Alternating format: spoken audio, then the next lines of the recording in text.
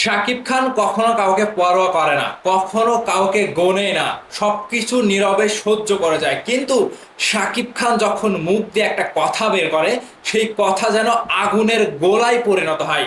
আজকে হেটার্সদেরকে একেবারে প্যাকেট খুলে ভরে দিল। শাকিব খানকে নিয়ে যারা বাজে মন্তব্য করে, যারা ভালোর মাঝেও কালো খোঁজে, তাদেরকে যেন উচিত জবাব দিয়ে দিল মেগাস্টার শাকিব খান। ভাই অনন্য মামুন, দরদ সিনেমার পরিচালক, একটি পোস্ট করেছে। সেই পোস্টে শাকিব খান যেন হেটার্সগণকে ধুইয়ে দিয়েছে।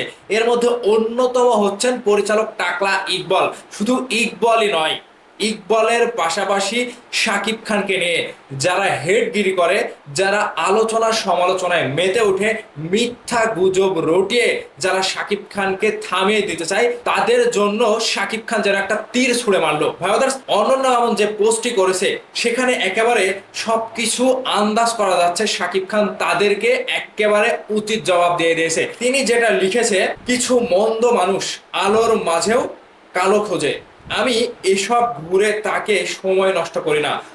অজ্ঞরা অনেক সময় মহাপণ্ডিতের মতো কথা বলে, যেগুলো ভিত্তিহীন। এগুলো দেখলে জীবন থেকে সময়গুলো বৃথা যাবে। আমার ধারণা কোনো বিবেকবান ও জ্ঞানী মানুষও এসব কেয়ার করে না। শাকিব খান, তাহলে বুঝতে পারলেন শাকিব খান কি বলেছে? যারা আলোর মাঝেও কালো খোঁজে, অর্থাৎ ভালো কাজ করতে গেলে শাকিব খান যেরকম ভালো কাজ করছে, সময়ের পরিবর্তনে বাংলাদেশের সিনেমাকে, শাকিব খানের ক্যারিয়ারকে বিশ্বের দরবারে তুলে ধরছে। আর এই সময়টাতে এসে যে সকল মানুষ শাকিব খানকে নিয়ে মিথ্যে আলোচনা সমালোচনায় মেতে ওঠে, শাকিব খানকে হেট করে, মানে পণ্ডিতের মতো যারা কথা বলে, বিশেষ করে চলচ্চিত্রে কিছু কিছু ব্যক্তি রয়েছে, তাদের মানে তাদের দিকে লক্ষ্য করলে দেখবেন কিছুদিন পর পর শাকিব খানকে নিয়ে যেন তাদের একটা জ্বালা যন্ত্রণা শুরু হয়। ঠিক এই সময়টাতে ইকবাল, ঝন্টু, ডিপজল, এমনকি এর পাশাপাশি চলচ্চিত্র এফটিসির কিছু কিছু মানুষ পণ্ডিতের মতো এসে নিজেকে মানে জ্ঞানীবান দাবি করে, এবং বাংলা সিনেমা নিয়ে শুধুমাত্র শাকিব খানকে নিয়েই তাদের যত জ্বালা পড়া। এই সকল মানুষদেরকে শাকিব খান কখনো কেয়ার করে করে না। বিগত দিনে শাকিব খানের 25 থেকে 26 বছরের ক্যারিয়ারে এরকম মানুষ অনেক এসেছে, শাকিব খানের পেছনে অনেকজন লেগেছে, কিন্তু কেউই পেরে ওঠেনি, শাকিব খানকে কেউ দমে রাখতে পারেনি। ঠিক এই সময়টাতে সে তুফান সিনেমাটি রিলিজ হওয়ার পরে একেবারে প্রকাশ্যে এফডিসির 19 সংগঠন বলেন, চলচ্চিত্রের প্রযোজক পরিচালক বলেন, এমনকি কিছু কিছু শিল্পীরাও শাকিব খানের পেছনে একেবারে সরাসরি পর্দায় এসে ইন্টারভিউ দিয়ে ইউটিউবারদেরকে ডেকে, সাংবাদিকদেরকে ডেকে শাকিব খানের পেছনে লেগেছিল। আটকাতে পেরেছে? পারেনি। ঠিক তাদেরকে যেন শাকিব খান তীর ছুঁড়ে মারলো। অনন্য মামুন শাকিব খানকে নিয়ে দরদ সিনেমাটি করেছে।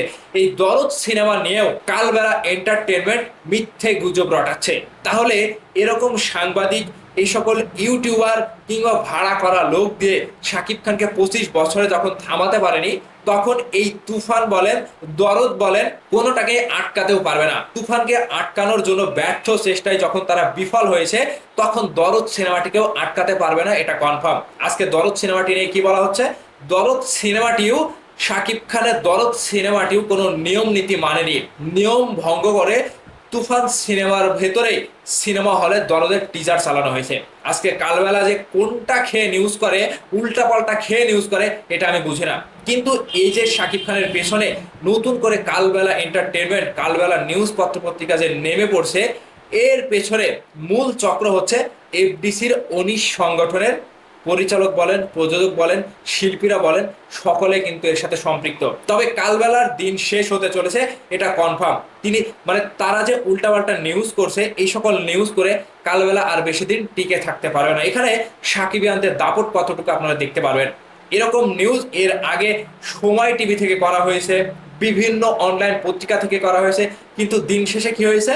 তারা তলিয়ে গিয়েছে। শাকিব খান কিন্তু নিজের জায়গাতে ঠিকই রয়ে গিয়েছে। তো সেই জন্যই শাকিব খান যেটা বলেছে, যে যারা আলোর মাঝে কালো খোঁজে, যারা পণ্ডিতের মতো এসে কথা বলে, তাদেরকে সময় দিয়ে তাদের কথা গায়ে মেখে আমি আর সময় নষ্ট করতে চাই না। এক কথায়, যারা জ্ঞানী মানুষ, যারা নিজেকে জ্ঞানী ভাবে এবং এই যে মিথ্যা গুজব রটায়, তাদেরকে গোনার কোনো সময় শাকিব খানের নাই। এই কথাতে স্পষ্ট করে বলে দিয়েছে। অনন্য মামুন যে পোস্টটি করেছে, তার ভেতরে দরদ সিনেমাটি নিয়ে তারা যে ষড়যন্ত্র করছে, কালবেলা এন্টারটেনমেন্ট বলেন আর চলচ্চিত্রের 19 সংগঠনে যে কয়জন লোক বলেন, তারা যে ষড়যন্ত্রে মেতে উঠেছে, সেই ষড়যন্ত্রে তারা সফল হবে না। এটা শাকিব খানের সময়ের দাবি। সময় সবার আসে না, এখন সময় শাকিব খানের। আর এই শাকিব খানের সময়কে অসময় করতে যে ষড়যন্ত্র করা হচ্ছে, সেই ষড়যন্ত্রের প্রত্যেকটা লিপ্ত মানুষ সকলেই বিফলে যাবে। তো সেজন্যই বলছি যে শাকিব খানের পেছনে অযথা সময় নষ্ট করে ষড়যন্ত্র করে তারা কখনোই সফল হবে না। শাকিব খানের পেছনে রয়েছে হাজার হাজার লক্ষ লক্ষ সাকিবিয়ান। সাকিবিয়ানরা চাইলে শাকিব খানকে উপরে তুলতে পারে, এবং শাকিব খানের পেছনে যারা লেগে পড়ে, শাকিব খানের পেছনে যারা কুত্তার মতো লেলে দেয়, তাদেরকে উচিত জবাব সাকিবিয়ানরা দিতে পারে। তো ভাইয়ার্স, আপনাদের মতামত অবশ্যই ভিডিওর নিচে কমেন্ট করে জানাবেন যে শাকিব খানকে যারা হেয় প্রতিপন্ন করে, শাকিব খানকে নিয়ে যারা ষড়যন্ত্র করে, তাদের বিরুদ্ধে সাকিবিয়ানরা সবসময় থাকে এবং থাকবে। অবশ্যই এই বিষয়টি নিয়ে আপনাদের মতামত ভিডিওর নিচে কমেন্ট করে জানাবেন। ভালো থাকবেন, ধন্যবাদ সম্পূর্ণ ভিডিওটি দেখার জন্য।